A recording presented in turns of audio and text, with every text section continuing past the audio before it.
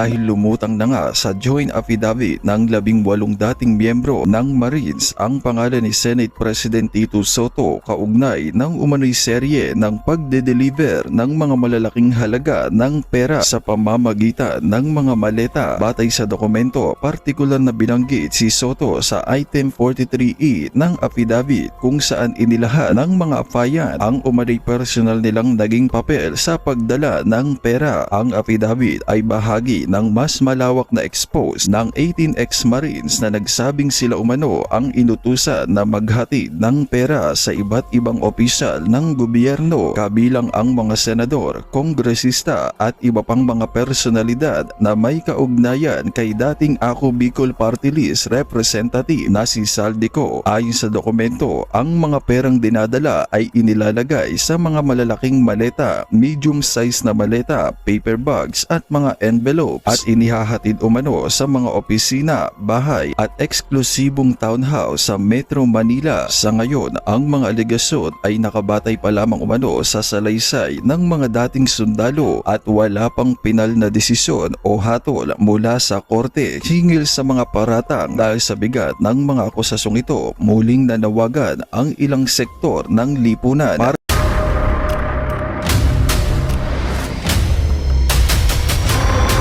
Bago tayo mag-umpisa, baka pwede nyong i-like ang video na to. Malaking bagay ang like sa aming mga content creators. Maraming salamat po.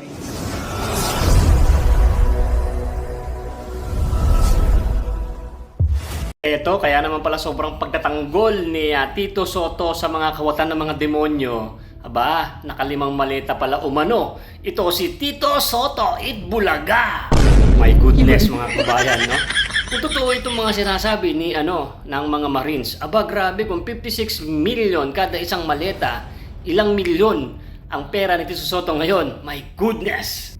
Nakakakilabot na talaga mga nangyayari ngayon mga babayan. Biruin nyo magmula doon sa Blue Ribbon, doon kay Senator Marcoleta, nagsimula na yan di ba? Nung bumabanat na si Senator Marcoleta about sa paghanap ng mga demonyong kawatan, pinalitan agad itong si Senator Marcoleta. Ang lupit nito. Sa dodo kami sa'yo, Tito Soto. Kaya naman pala, nakakakilabot ang balitang ito.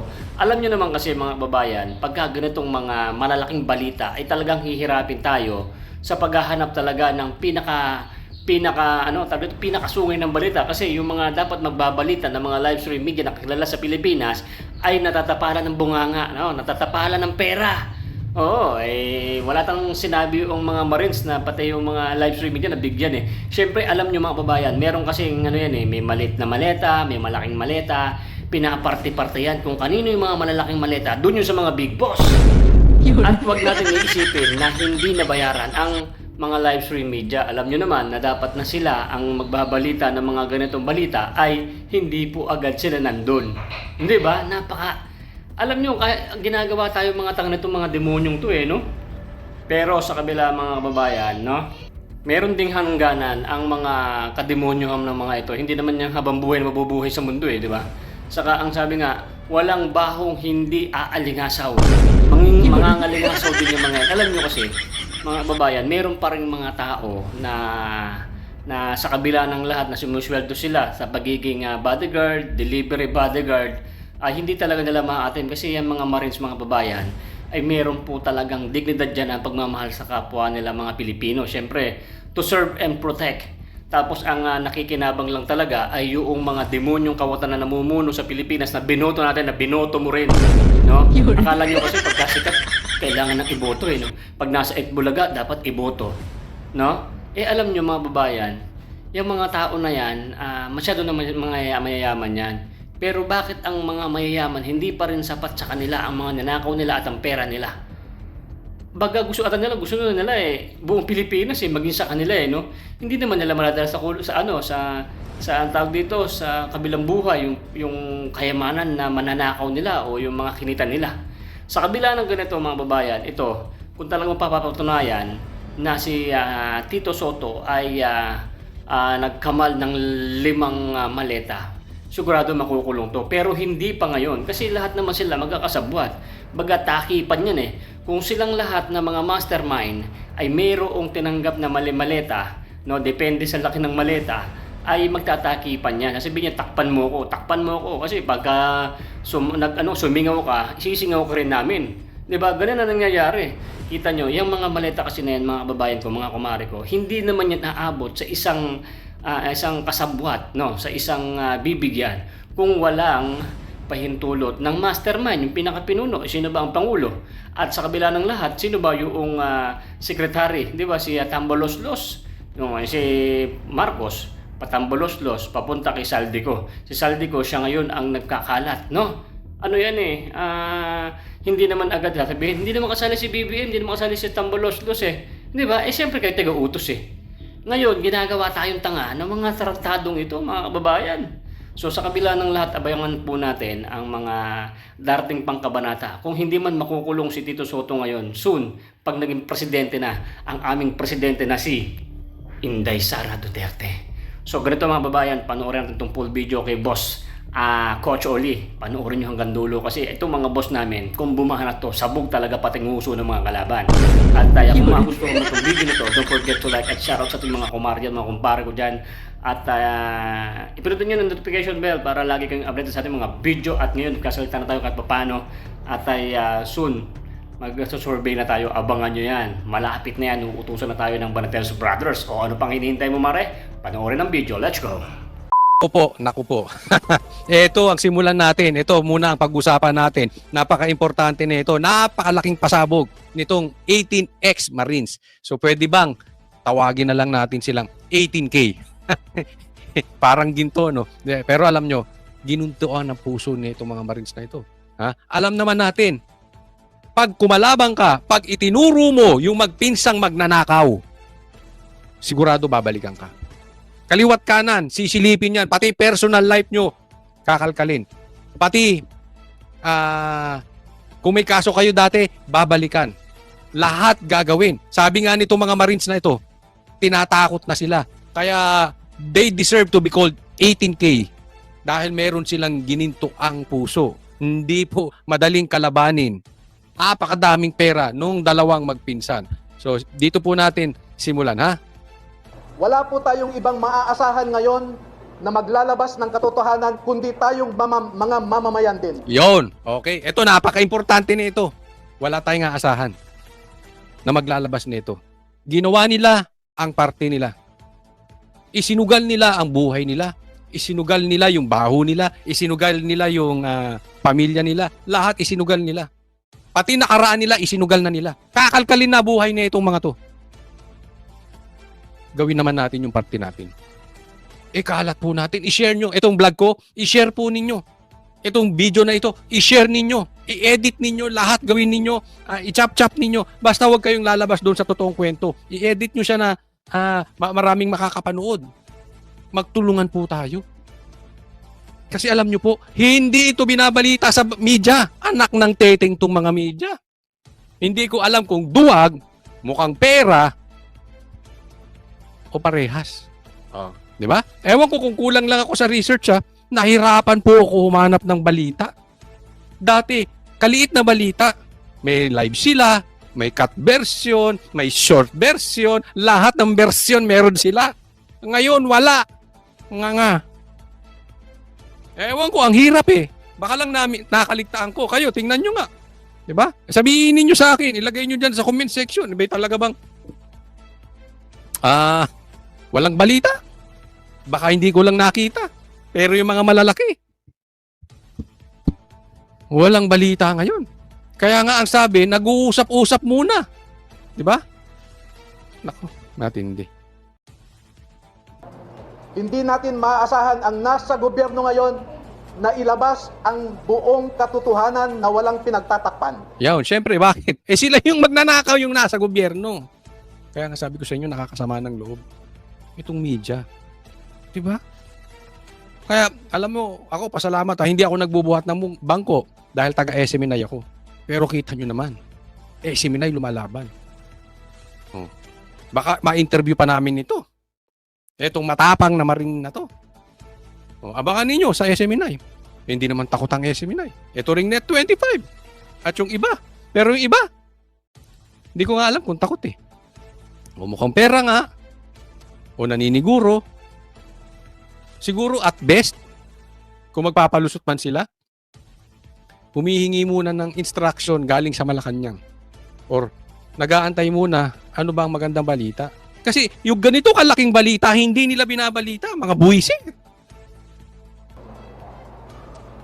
Ngayon po ay lumabas ang mga dating kasamahan ni Master Sergeant Orly Gutesa sa trabaho bilang security consultant.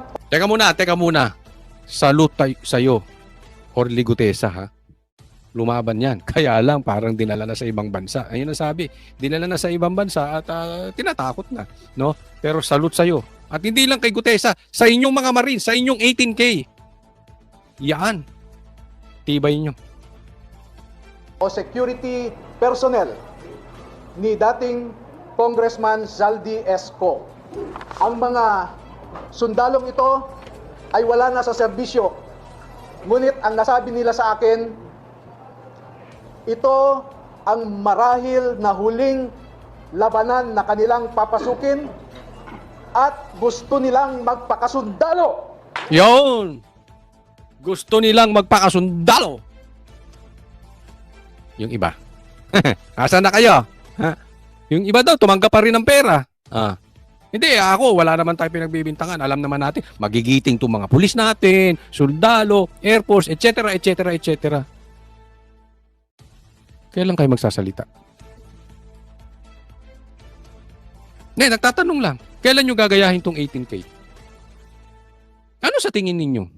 Kayo mga manunood, kailan kayo magsasalita yung mga ibang pulis, ibang sundalo? Ano sa tingin ninyo? Sa ating bayan, Tuloy-tuloy Alam mo, kinikilig ako kanina, pinapanood ko to ha. Matatapang eh. pa rin ang laban sa matinding korupsyon sa gobyerno na halos trilyong pisong pondo ang umano'y napunta sa bulsa ng malalaking tao sa gobyerno. Grabe, trilyon. Yung billion, alam nyo ba kung gaano kalaki yun? Billion? Manlaki? Yung trilyon pa. Ganyan sila kaswapa. Napunta lang sa bulsa nila. Kaya haya-hayang buhay ng mga vlogger sa kabila. Haya-hayang mga media doon sa kabila. Mga medyang tahimik. Haya-hayang mga buhay ng mga congressman na tumatanggap ng pera. Comelec na tumatanggap ng pera. At kung sino-sino pang ang dami. Kaya po ang hirap kalaban ng gobyerno ngayon. Namumudmud sila ng pera. Pag ikaw pumalag, babanatang ka pa. Yan ay matapos ang matapang na paglantad sa publiko ng 18 na dating mga sundalong Marines na kasamahan ni Master Sergeant Orly Gutesa at nagturo kay Pangulong Ferdinand Marcos Jr., dating House Speaker Martin Romualdez at dating ako Bicol Party List Representative Zaldico bilang mastermind sa flood control scam. ang ugat at pinuno ng pagnanakaw sa ating bayan ay walang iba kundi si President Marcos. Ang tindi nung balita, no? Ang mastermind, ng nakawan, Marcos. Kung nagugutom ka ngayon, dati naman ay hindi, kasalanan ni Marcos. Kung wala kang trabaho ngayon, at dati naman ay meron, kasalanan ni Marcos. Kung sa lugar ninyo ay hindi bumabaha, dati at ngayon ay bumabaha na, kasalanan ni Marcos. Kung yung pera mo dati ay maraming nabibili, ngayon ay konti na dahil sa taas ng presyo, kasalanan ni Marcos. Ang mastermind si Marcos. Tapos walang balita. Tapos ang ombudsman tahimik. Tapos ang binabalita, vlogger. Tapos ang hinuhuli, vlogger. Ano ito? Magkakasabwat kayo? Sobrang laki ng balita, oh. Ang isususpindi nyo si Kiko. Ang i-ethics nyo si Kiko. At hindi gagalaw si Speaker Romualdez o si Zaldico na walang pahintulot kay PBBM. Yan yung sinasabi natin eh. Imposibleng gagalaw si Tambi nang walang pahintulot ni Marcos. At hindi rin ligtas si Tambi rito ha. Hoy! Kayong mga vlogger na malaki ang kinikita nyo kay Tambi na binabanatan nyo lang si Marcos pero si Tambi hindi nyo kayang bayaran, eto sa inyo. Pwe! Huwag nyo kaming lokohin. Bayad din kayo. Imposibleng banat kayo kay Marcos, kay Tambi hindi. Pwe. Pero si Tambi, gusto rin niya magnakaw. Kaya nga nagkuntsabahan. Makakagalaw ba ang Kongreso nang wala ding pahintulot ni Tambi? King Crooks-ki! Paano?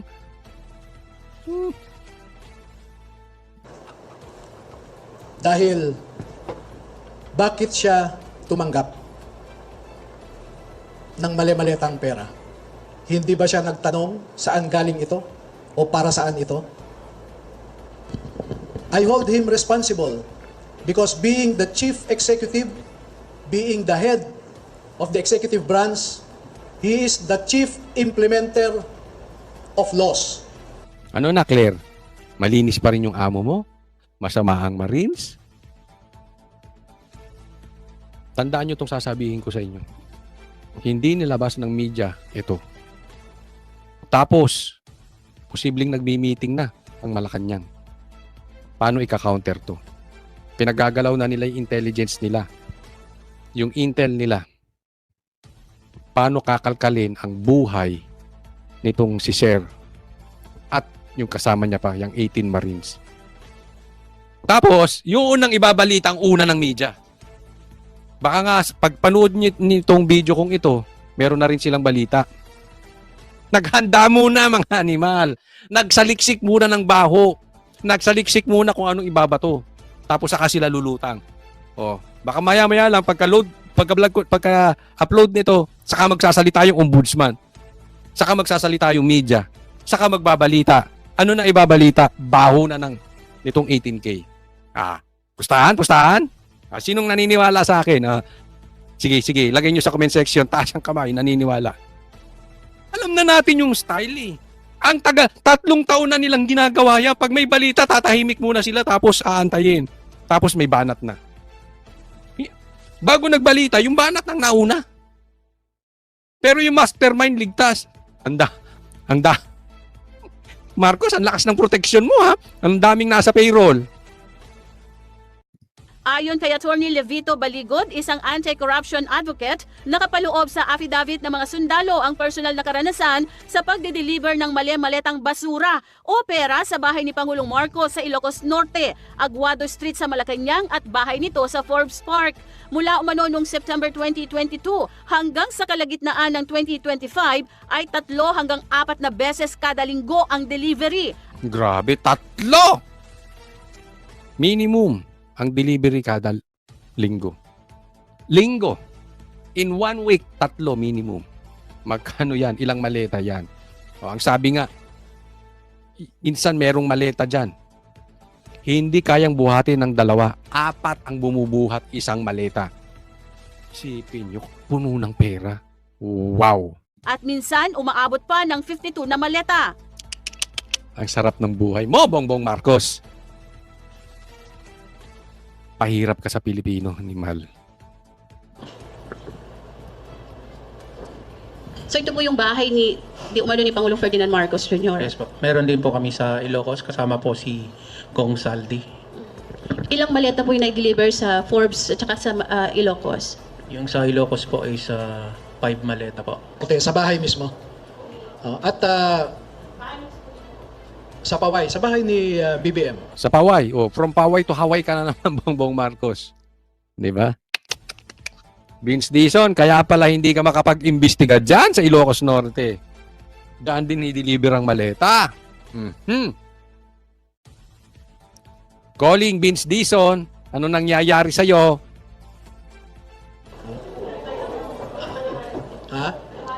Oo. At saka may mga katibayan naman, no? Ibinunyag din sa presscon na umaabot sa 805 billion pesos ang deliveries ng mali-maletang basura o pera mula sa umano'y ninakaw mula sa pera ng bayan.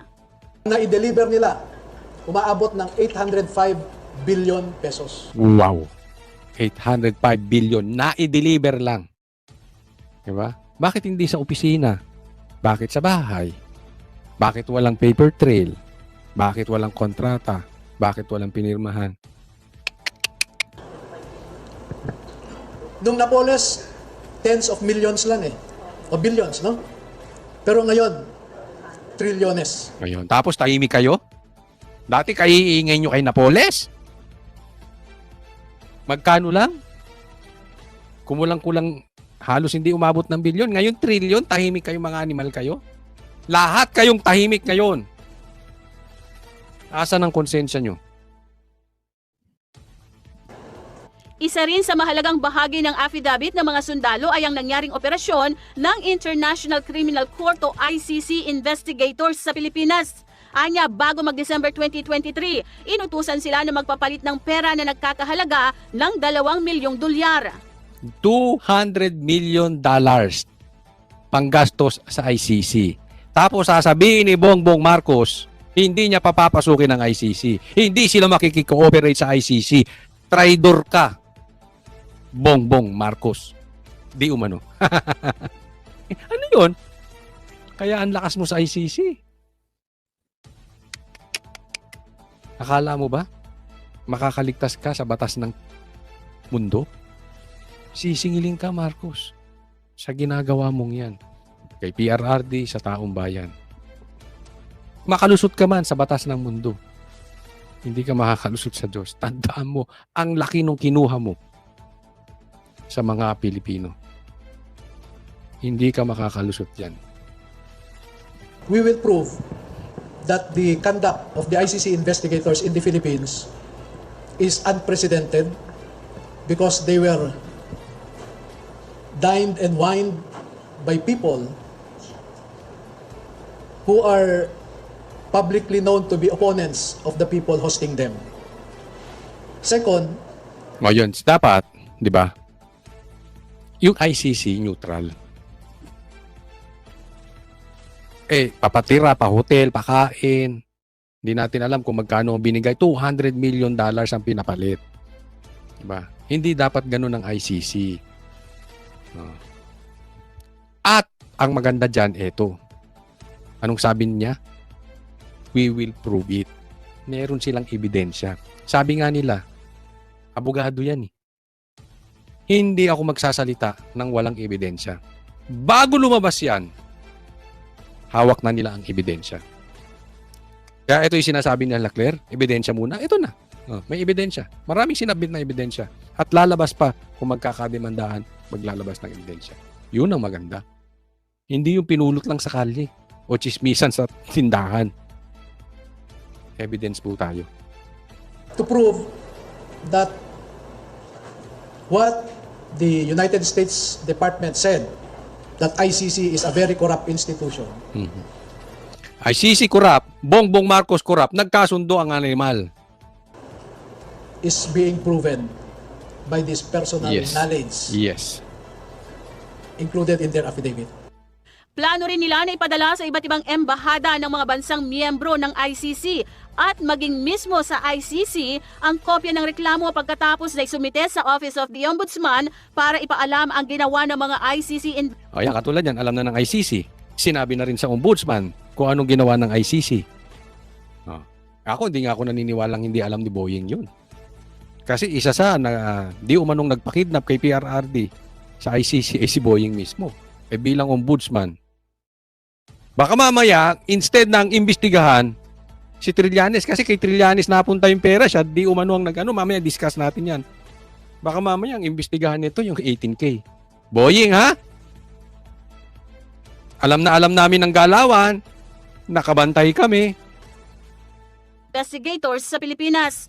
Kinumpirma rin ng mga sundalo na nagdala rin sila ng mali-malitang pera para sa mga kongresista na pumirma sa impeachment complaint laban kay Vice President Sara Duterte.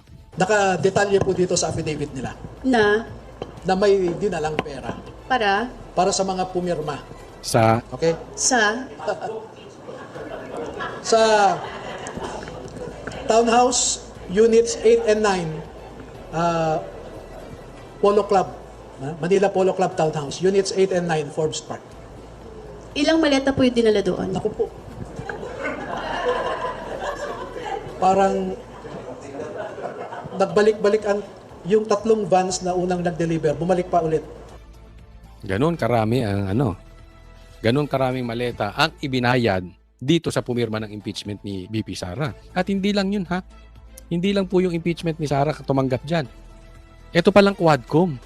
Di ba? Pati mga vloggers pinag-initan nitong Quadcom. Itong Quadcom, pinag-initan si Sara at si PRRD. The hearing, sinabi, may bayad. Ganong katindi. Pagbaba pa lang after the Quadcom meeting, aabutan na ng maleta. So anong gagawin nitong Quadcom? Eh di dadalasan nila yung hearing. Para alin? Kumita ng kumita. Kada labas, maleta. Pagkatapos, maleta. O di susunod, di araw-arawin mo, gisahin mo, pati vlogger, gisahin mo. Para ano? Maraming maleta. Kumikitang kabuhayan itong mga kontraktor, mga animal. O eto pa, pag-usapan natin. O, eto pa. Hindi ko talaga kayo palulusutin kasi ang hirap makahanap ng mga videos na cut version. O, pero buti na lang meron tayong edited version na nakat na cut version nitong itong 18K. So pag-usapan natin, hindi ko talaga kayo palulusutin kasi hindi ito binabalita ng media ng mainstream media, yung mga malalaking media. So kailangan magtulong-tulong tayo, ikalat po natin. O ito, Comelec tumanggap din ng maleta. Attorney Baligod. Baka ma-interview namin, ulitin ko ma-interview namin ito sa SMNI. Abang-abang lang. Tingnan natin Tingnan natin ang availability. Baka kung hindi papatayin, kaya lang baka patayin. Hindi natin alam. But anyway, may God protect you. Pati sa Comelec, nadedeliveran ng mali-malitang pera. Paano pa tayo aasa na o maniniwala na ang mga nakaupo ngayon sa pwesto ay tunay na halal ng taong bayan? Nakita mo Comelec, nadideliveran ng mali-maleta. At alam ito ni Tito Soto. Kaya naman nakakapagtaka, di ba? Ako nagulat talaga ako. Si Bong Revilla natanggal. Siya yung consistent doon. Tapos ang pumasok si Bam Aquino tsaka si Kiko. Sa survey wala naman sila. Diba? Nakakapagtaka. Garcia! Tingnan mo nga. Patunayan mo nga. I-discredit mo nga ito. Sumagot ka nga na tumatanggap ang Comelec ng mali-maleta. Dapat neutral kayo. Dapat hindi kayo tumatanggap ng pera. Para sa ang purpose, tumatanggap kayo ng mali-maletang pera. Di ba nakakapagtaka? Biglang lumusot si Kiko, tsaka si Bam number 2 pa.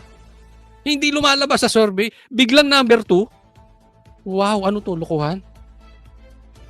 Para ano? Ako nakita ko, anong purpose, bakit kailangan ipasok si Bam tsaka si Kiko? Para kampihan ng Pinklawan si Bongbong Marcos. Kain suka. Since kinain ng Pinklawan ng suka ni Bongbong Marcos, kailangan kainin din ni Bongbong Marcos yung tae ng Pinklawan. Deritsaan na po tayo. So, pinapanalo. Number 2 pa. Alam nyo kung bakit naging number 2 si Bam? Kahit hindi siya lumalabas sa survey. Alam nyo kung bakit? Kasi nung 2022 election, number 1 si Robin. Nung 2025, number 1 si Bongo. So, that speaks a lot. Parehas DDS, parehas dikit ni PRRD number 1. Ibig sabihin, it shows the people, mahal ng tao si PRRD at ang Duterte. Kailangan nilang gawing number 2 si Bam para hindi halata.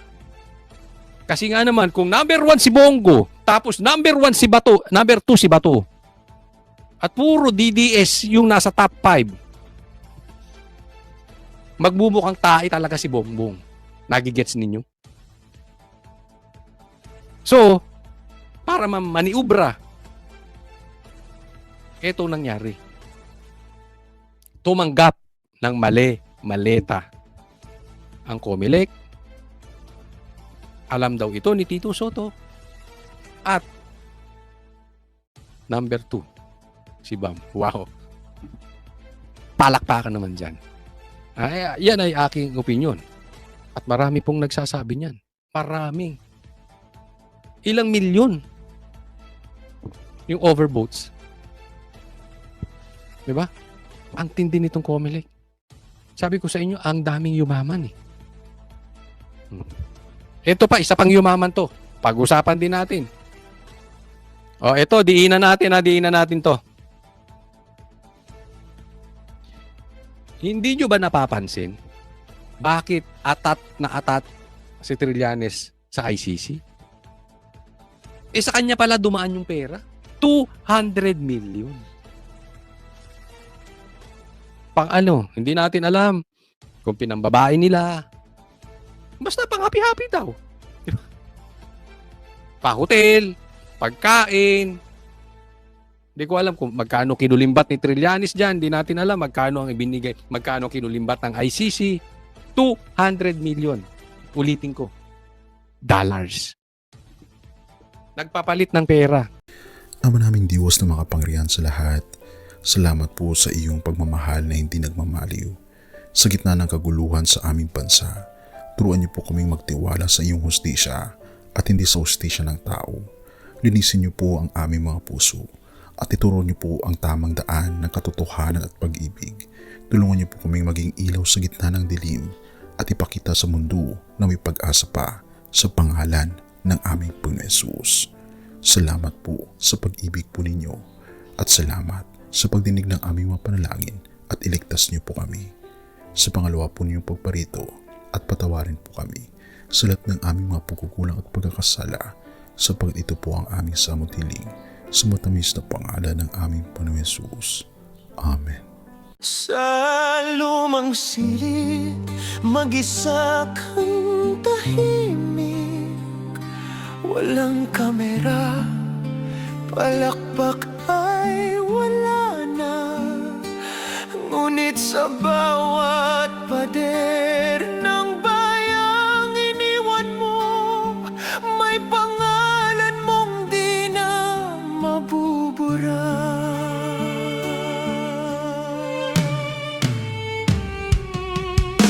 Minsan kang naging balikat ng mahihina, kalaban ng takot, kakampi ng asa. Di mo man laging nasabi ang tama, pinili mong ipaglaban ang madla. Hindi ka saktan gaya naming lahat, pero tumindi ka nang walang pag-atras. At ngayong pagod ka na, tatay, kami naman ang sasalo ng bawat bigat.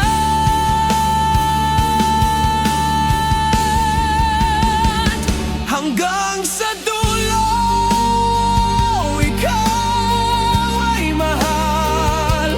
Kahit papagod na ang iyong katawan, tatay, salamat sa iyong paglaban. Ngayon, kami naman hanggang sa dulo. Di ka namin iiwan. Ang kwento mo'y dala ng bayan.